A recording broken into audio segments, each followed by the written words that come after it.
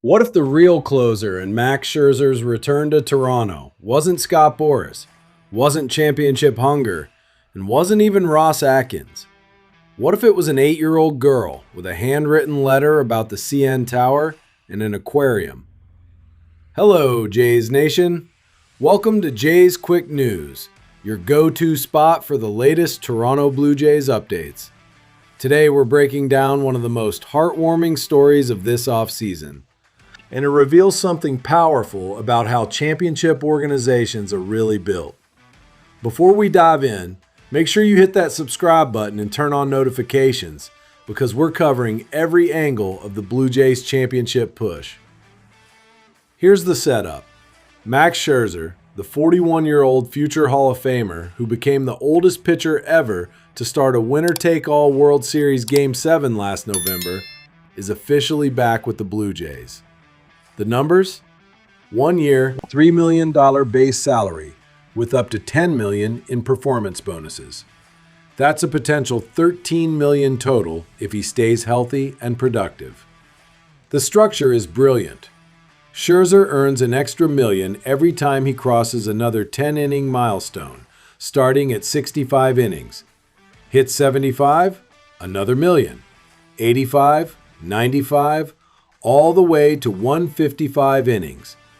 Every threshold unlocks another $1 million.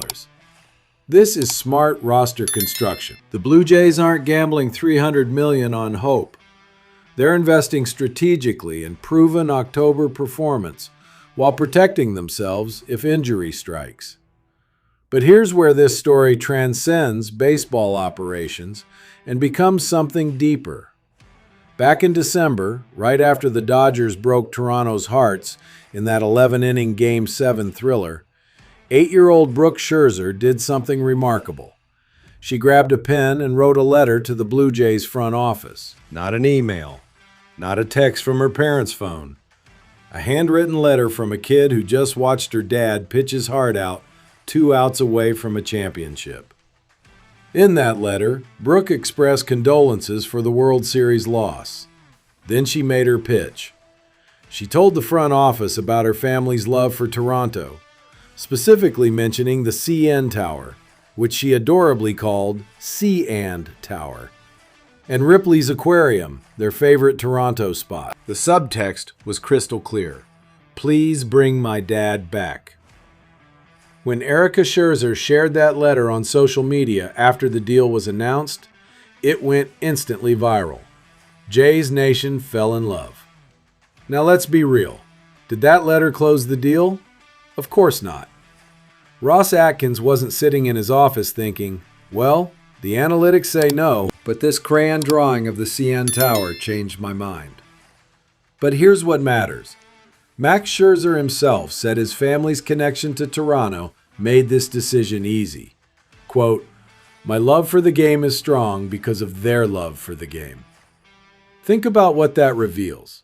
Scherzer has spent 19 MLB seasons bouncing between 7 different organizations: Arizona, Detroit, Washington, Los Angeles, New York, Texas, Toronto. He's lived the baseball nomad life for 2 decades. And at age 41, after 3 Cy Young Awards and 2 World Series rings, what matters most? His daughter wanting to visit the aquarium again. His family actually wanting to stay somewhere. This is the hidden edge championship organizations build. It's not just about dollars or prestige. It's about creating an environment where families want to be, where an 8-year-old remembers the city fondly enough to write a letter begging to go back. That's organizational culture you can't buy in free agency. Let's talk baseball value.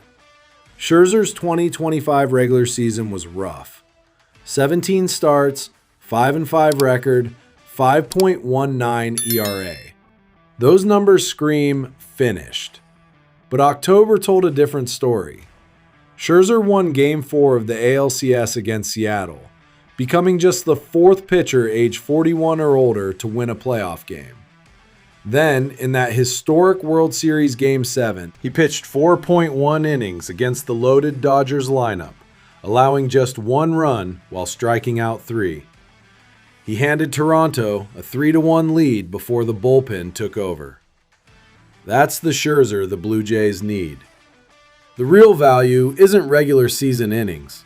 It's having a future Hall of Famer who started in 4 different World Series for 4 different teams. It's having someone who pitched in Game 7 of the 2019 World Series for Washington and Game 7 of the 2025 World Series for Toronto.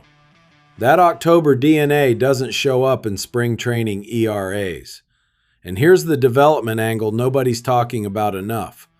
Trey Savage just went from Single A to the World Series in 1 season, setting rookie strikeout records in the playoffs and becoming a postseason folk hero. Ricky Tiedemann is returning from Tommy John surgery with ace-level stuff, but 0 big league experience. Both guys now get to watch a 3-time Cy Young winner prepare every single day. They see how a 41-year-old bodies himself to stay elite. They watch how he sequences hitters in October pressure. That mentorship might be worth more than the $13 million max. The bigger picture? The Blue Jays are 2 outs away from ending a 33-year championship drought. They just signed Dylan Cease for $210 million, Tyler Rogers for $37 million, Cody Ponce for $30 million, Kazuma Okamoto for $60 million. They're not rebuilding. They're not hoping. They're loading up to finish what Game 7 started. And here's the beautiful part. They convinced a future Hall of Famer to come back not just with dollars, but with culture. With a city his daughter loves. With unfinished business that still burns. Brooke Scherzer got her wish. The Blue Jays got their October ace. And Jays Nation got 1 more summer watching Mad Max chase the ring that got away. That's not just a signing. That's championship architecture built on family, culture, and finishing what you started. What do you think, Jays Nation? Is Scherzer's October magic the missing piece? Can he stay healthy enough to earn those incentive bonuses?